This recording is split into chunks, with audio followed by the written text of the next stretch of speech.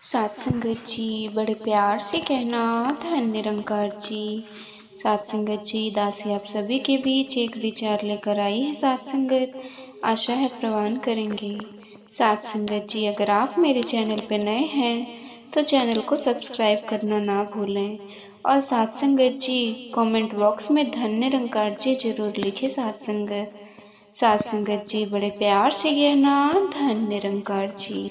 साथ संगत जी बहुत समय पहले की बात है। किसी राज्य के एक छोटे से गांव में मिट्टी की कच्ची गलियों में साथ संगत धूल से भरे रास्ते के बीच एक झोपड़ी थी साथ संगत, जहाँ रहता था 14 साल का एक मासूम लड़का साथ संगत जी अनिकेत। साथ संगत जी उसकी माँ उसे बहुत छोटे में ही छोड़कर इस दुनिया से चले गई। साथ संगत जी घर में बस एक कमजोर और बुजुर्ग पिता थे साथ संगत, जो अब भी किसी और के खेत में काम करने 2 वक्त की रोटी का जुगाड़ करते थे साथ संगत।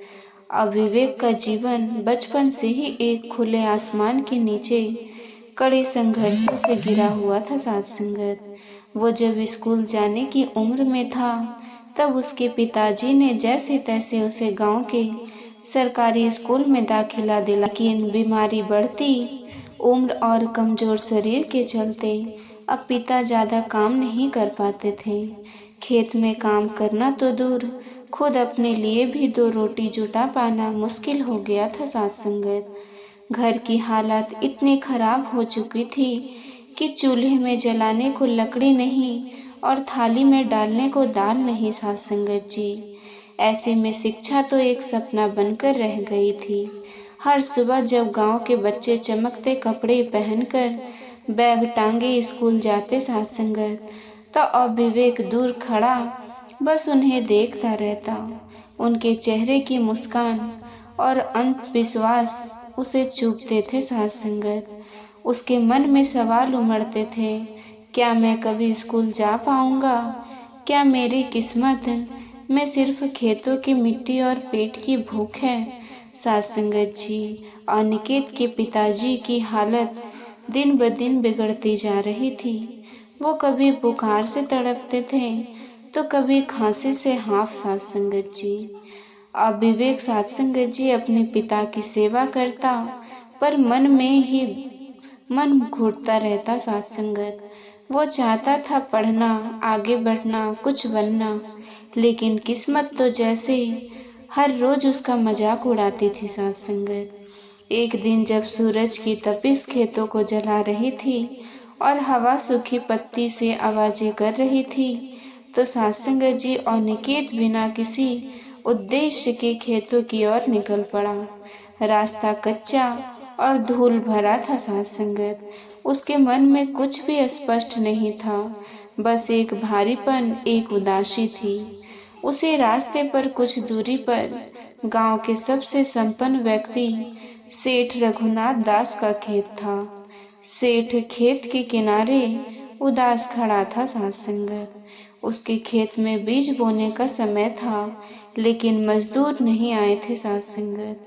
खेत सूना पड़ा था और बादल बरसने को तैयार। बीज नहीं बोए जाते तो फसल बर्बाद हो जाती साथ संगत। सेठ सोच रहा था, अब तो खुद ही बीज बोना पड़ेगा, पर ये बोरे कौन पकड़ेगा? तभी उसकी नजर अनिकेत पर पड़ी। धूल से सना थका हारा मगर आंखों में एक मासूम चमक लिए लड़का सेठ ने आवाज दी, ए लड़के इधर आओ। अनिकेत थोड़ा सहमा, फिर धीरे धीरे आगे बढ़ा। सेठ बोले, बेटा जरा मेरी मदद करोगे? खेत में बीज बोने हैं, मुझे बस बोरे पकड़ने हैं साथ संगत, बदले में मैं तुम्हें कुछ पैसे दूंगा। अनिकेत ने झिझकते हुए कहा, सेठ जी मुझे तो कुछ आता नहीं, कैसे मदद करूंगा? सेठ मुस्कुराया, मदद करने के लिए जानकर होना जरूरी नहीं है बेटा, बस दिल से काम करना चाहिए। साथ संगत जी अनिकेत ने धीरे से सिर हिलाया और काम में जुट गया। पूरा दिन दोनों खेत में लगे रहे साथ संगत। सेठ बीज बोता रहा और अनिकेत बोरे पकड़ा रहा था। साथ संगत, धूप तेज थी, कपड़े पसीने से भीग चुके थे, मगर उस दिन विवेक के मन में एक नई ऊर्जा थी। साथ संगत, पहली बार किसी ने उस पर भरोसा किया था। शाम को काम खत्म हुआ। साथ संगत, सेठ ने जेब से पैसे निकालकर अनिकेत को दिए और पूछा, बेटा, किसका बेटा हो तुम? अनिकेत ने सब कुछ बता दिया। माँ का नाम, साथ संगत जी, पिताजी की बीमारी, गरीबी और पढ़ाई का अधूरा सपना। साथ संगत, सेठ की आंखें नम हो गई। उन्होंने धीरे से कहा, बेटा, अगर मैं आज तुम्हारी पूरी मदद कर दूं, तो शायद तुम दूसरों पर निर्भर हो जाओगे, पर मैं तुम्हें एक रास्ता जरूर दिखा सकता हूँ। साथ संगत जी, अनिकेत चौंका। कैसा रास्ता? सेठ जी, रास्ता तो बदल दे किस्मत। साथ संगत, सेठ बोले, तुम मेरे खेत में कुछ दिन और काम करो, जो पैसे जमा होंगे उनमें एक सब्जी की थैली लाओगे। साथ संगत, सुबह स्कूल जाओ, शाम को थैली चलाओ और साथ संगत रात को पढ़ाई करो। मेहनत करोगे तो भगवान भी मदद करेगा। अनिकेत की आंखों में चमक आ गई। साथ संगत, आज पहली बार उसे रास्ता दिखाई दे रहा था। सेठ ने अपने एक सब्जी व्यापारी मित्र से बात की, जिससे साथ संगत अनिकेत को सस्ती दर पर सब्जियां मिल जाए। ठेले के लिए भी व्यवस्था करवाई गई। साथ संगत, पर पैसे अनिकेत के मेहनत के थे। सेठ ने बस उसे रास्ता दिखाया। अब साथ संगत जी, अनिकेत हर सुबह खेत में काम करता, पैसे जोड़ता और सेठ की बातों को याद रखता। कुछ ही दिनों में उसने अपनी पहली ठेले लगाई। साथ संगत, गांव के चौक में सुबह वो स्कूल जाता, शाम को ठेले लगाता और रात को पढ़ाई करता। साथ उसका जीवन अब एक नई दिशा में बढ़ रहा था, पर हर दिन उसके लिए एक चुनौती था।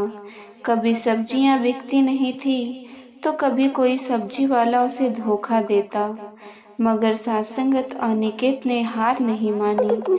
पिता अब पहले से और अधिक कमजोर हो चले थे। अनिकेत ने एक दिन उनसे कहा, पिताजी, अब आप आराम कीजिए, सुबह की ठेले आप संभाल लिया कीजिए। साथ संगत जी, मैं स्कूल जाऊंगा और शाम को ठेले वापस संभाल लूंगा। उस दिन पिता की आंखें भर आई। एक साथ संगत बेटा जिसने जीवन की कड़वी सच्चाई को बहुत कम उम्र में झेला था, अब उसका सहारा बन गया था। साथ संगत, सुबह पिता ठेले लगाते, दोपहर में घर आकर आराम करते और शाम को बेटा ठेले को संभालता। धीरे धीरे उनका काम पटरी पर आने लगा। साथ संगत, स्कूल में पहले जहां अनिकेत को एक गरीब बच्चा समझकर उपेक्षा की जाती थी, अब वही बच्चे उससे पूछने लगे, अनिकेत, तू हर वक्त इतना शांत कैसे रहता है? तू हमेशा क्लास में जवाब सही कैसे देता है? अनिकेत मुस्कुराता और कहता, जब वक्त पढ़ाता है ना, तो हर सवाल का जवाब मिल जाता है। उसने क्लास में टॉप करना शुरू कर दिया। साथ संगत, उसके अध्यापक भी हैरान थे कि एक ठेले लगाने वाला बच्चा इतना अनुशासित और समझदार कैसे हो सकता है। कुछ महीने बीत चुके थे। एक दिन अनिकेत शाम को ठेले पर खड़ा सब्जियां बेच रहा था। तभी एक जानी पहचानी आवाज आई, कैसा चल रहा है कारोबार बेटा? अनिकेत ने देखा वही सेठ रघुनाथ दास, जिसकी बदौलत उसकी जिंदगी में ये रोशनी आई थी। अनिकेत ने हाथ जोड़कर कहा, सेठ जी, आपके बताए रास्ते पर चल रहा हूँ। सब्जियां भी चल रही है और पढ़ाई भी। सेठ ने मुस्कुराते हुए ठेले से एक टमाटर उठाया और कहा, तू अब अपने पैरों पर खड़ा हो रहा है बेटा, यही असली मदद है। दूसरे की पीठ पर चढ़ने से नहीं, अपने पैरों पर चलने से मंजिल मिलती है। गांव में अब कई लोग सत्संग जीव अनिकेत को एक मिसाल के रूप में देखने लगे। एक गरीब लड़का जिसने कभी स्कूल के गेट तक जाने की हिम्मत नहीं की थी, अब वहाँ सत्संग जी सम्मान पाता था। लेकिन अब आसान नहीं था। एक दिन अचानक उसके पिता की तबीयत इतनी बिगड़ी कि वो कई दिन बिस्तर से उठ नहीं सके। दवाइयाँ, देखभाल और ठेले, सब कुछ अनिकेत सिर पर आ गया था। वो दिन भर स्कूल नहीं गया सत्संगत, बल्कि सुबह से शाम तक ठेले चलाकर पैसे इकट्ठा करता रहा ताकि पिता की दवा ले सके सत्संगत। रात को जब वो थक कर बैठता, तब एक कोने में सत्संगत जी दीपक जलाकर किताब खोलता। इन परिस्थितियों ने उसे तोड़ा नहीं, बल्कि और मजबूत बना लिया सत्संग। वो जान गया था कि इस दुनिया में कोई काम छोटा नहीं होता है, अगर वो ईमानदारी और लगन से किए जाए। धीरे धीरे अनिकेत ने ठेले का दायरा बढ़ा दिया। अब वो सुबह के समय थोड़ी और सब्जियां बेचता, स्कूल जाता और शाम को फिर ग्राहकों के लिए तैयार रहता सत्संगत। उसके पास अब कुछ ऐसे ग्राहक भी थे जो सिर्फ उसी की सब्जियां लेना पसंद करते थे, क्योंकि वो जानते थे ये लड़का ठगता नहीं, मेहनत करता है। जब हाई स्कूल की परीक्षा नजदीक आई तो विवेक ने सत्संगत जी ठेले का काम कुछ दिन के लिए अपने पिता को सौंप दिया और खुद परीक्षा की तैयारी में लग गए। सेठ ने भी उसे कहा था, बेटा, ये समय तुम्हारी जिंदगी की सबसे बड़ी परीक्षा है, इसे कभी हल्के में मत लेना। अनिकेत दिन रात पढ़ता रहा सत्संगत किताबें। सत्संगत जी उधार लेकर, नोट्स बनाकर और दीवारें पर लक्ष्य लिखकर परीक्षा खत्म हुई। और उसके कुछ हफ्ते बाद जब परिणाम आया, गांव के सरकारी स्कूल में अनिकेत टॉपर बना था सत्संगत। गांव के मुखिया ने स्कूल में विशेष सभा बुलाकर सबके सामने उसका सम्मान किया। मुखिया बोले, हम सब ने देखा है इस लड़के का संघर्ष, इसकी लगन और ईमानदारी। यह हम सबके बच्चे के लिए प्रेरणा है। गांव के लोग अब अपने बच्चे को कहते, अनिकेत जैसे बनो, मेहनती, ईमानदार और सपने देखने वाला। अब अनिकेत का सपना सिर्फ स्कूल तक सीमित नहीं था सत्संगत। अब सत्संगत जी एक सरकारी नौकरी पाने की दिशा में बढ़ना चाहता था, जिससे वो अपने पिता को अच्छे इलाज दिला सके और अपने जैसे कई बच्चों के लिए प्रेरणा बन सके सत्संगत। उसने अब दिन में ठेले चलाई और रात में सरकारी परीक्षा की तैयारी शुरू की। अब उसकी आंखों में सिर्फ भूख मिटाने का सपना नहीं था, बल्कि कुछ बड़ा करने की आग थी। अब उसका लक्ष्य था राजस्व विभाग में पटवारी बनने की परीक्षा पास करना। पढ़ाई आसान नहीं थी, ना तो कोई कोचिंग भी थी, ना ही महंगी किताबें। जो भी किताबें उसने जुटाई थी वो या तो उधार की थी या फिर पुराने बाजार से खरीदी गई थी। लेकिन उसके पास जो सबसे बड़ा होशियार था वो थी उसकी लगन। हर सुबह की शुरुआत होती थी एक साधारण से नाश्ते के साथ। फिर पिताजी को ठेले के लिए सब्जियां सौंपने के बाद वो घर के कोने में बैठकर पढ़ाई में लग जाता। और सत्संगत जी, उसके पिता, अब बीमार थे, पर बेटे की मेहनत देखकर उनमें भी एक नई ताकत आ गई थी। अब वे ठेलों को खुद खींचते, सब्जियां बेचते और लोगों से मुस्कुरा कर कहते, हमारा बेटा पटवारी बनने वाला है। कुछ लोग अब भी ताने देते थे, ठेला लगाने वाला पटवारी बनेगा, सपना देखे हैं ज्यादा बड़े। सत्संगत जी, ये लड़का तो सब्जी वाला है, कागज पत्र क्या समझेगा। लेकिन अनिकेत जान चुका था कि लोग क्या कहते हैं ये मायने नहीं रखता, आप क्या करते हैं यही असली जवाब है सत्संगत। उसने खुद को उस दिन के लिए तैयार किया जब उनका नाम पटवारी की मेरिट लिस्ट में होगा सत्संगत। एक दिन संध्या के समय जब वो ठेले से बची सब्जियां समेट रहा था, तभी एक परिचित आवाज ने फिर पुकारा, कैसा चल रहा है संघर्ष बेटा? साथ संगत जी, वो थे सेठ रघुनाथ दास साथ संगत, वही इंसान जिसने उसकी जिंदगी की दिशा बदली थी।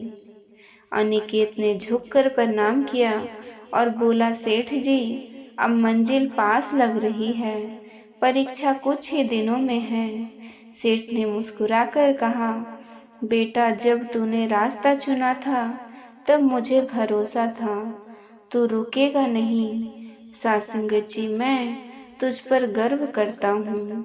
वो बातें सात्संगत अनिकेत के लिए किसी आशीर्वाद से कम नहीं था।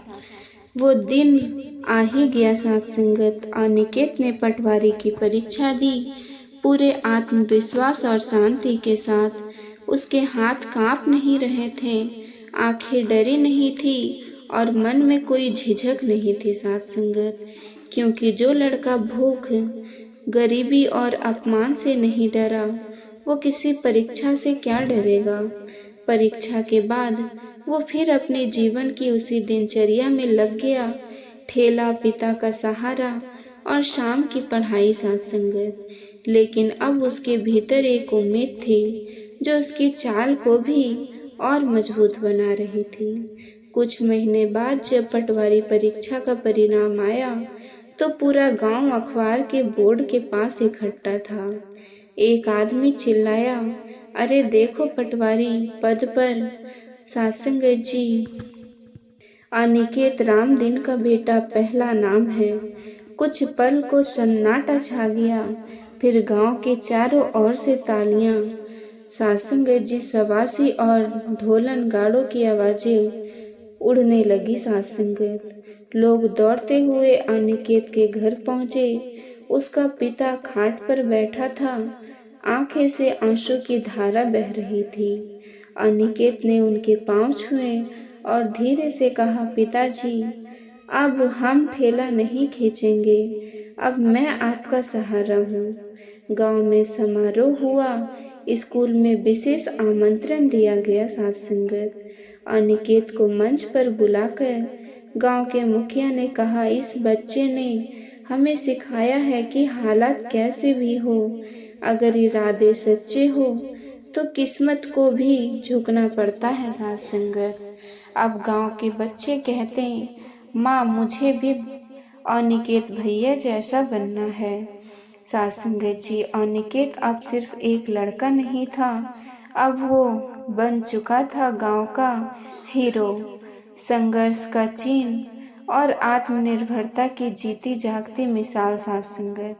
सात्संगत जी, अनिकेत एक दिन पगड़ी पहनकर नया कुर्ता पहने सेठ के घर पहुंचा। उसके पांव छूते हुए बोला, सेठ जी, अगर उस दिन आपने मुझे रास्ता न दिखाया होता तो शायद मैं कभी खुद पर विश्वास न कर पाता। सात्संगत जी, सेठ ने उसकी पीठ थपथपाते हुए कहा, बेटा, मैंने तुझे सिर्फ रास्ता दिखाया था, मंजिल तक तो खुद चलकर पहुंचा है। आज तुझ पर सिर्फ मुझे नहीं, पूरे गांव को गर्व है। अनिकेत की कहानी यही खत्म होती है। सात्संगत उसने अब गांव के गरीब बच्चों के लिए एक छोटी सी निःशुल्क शिक्षालय की शुरुआत की थी, जहां वो छुट्टी के दिनों में बच्चों को पढ़ाता। वो कहता था, अगर मैं अपने जैसे एक भी बच्चे को मंजिल तक पहुंचा सका तो मेरी कामयाबी पूरी होगी। उसके पिता अब आराम से जीवन जी रहे थे, कोई चिंता नहीं, कोई बोझ नहीं। वे कहते, मेरा बेटा ही मेरी दौलत है। सात्संगत जी, अनिकेत की कहानी एक साधारण से गांव में जन्मे उस लड़के की कहानी थी, जिसने माँ की छाया के बिना गरीबी की आग में तपकर मेहनत की, ठंडी छांव में अपनी जिंदगी को सजोया। और सात्संगत जी, उसने कभी किसी पर बोझ नहीं बना, बस खुद को संभाला और दूसरों के लिए रास्ता बन गया। सात्संगत जी, ये कहने हमको सिखाती है कि ये कहानी हमको सिखाती है कि मेहनत करने वालों की किस्मत कभी खाली नहीं जाती साथ संगत। अगर हालात आपके पक्ष में नहीं है तो दिशा बदलो, इरादे नहीं और दूसरों पर निर्भर नहीं, खुद पर भरोसा रखो। साथ संगत जी, कोई काम छोटा नहीं होता, छोटे छोटे कदम ही बड़ी मंजिल बनाते हैं। अगर आपको साथ संगत जी अनिकेत की ये संघर्ष भरी प्रेरणादायक कहानी दिल को छू गई हो तो एक लाइक और सब्सक्राइब जरूर करें साथ संगत। और साथ संगत जी वीडियो को लोगों तक शेयर जरूर करें। साथ संगत जी बड़े प्यार से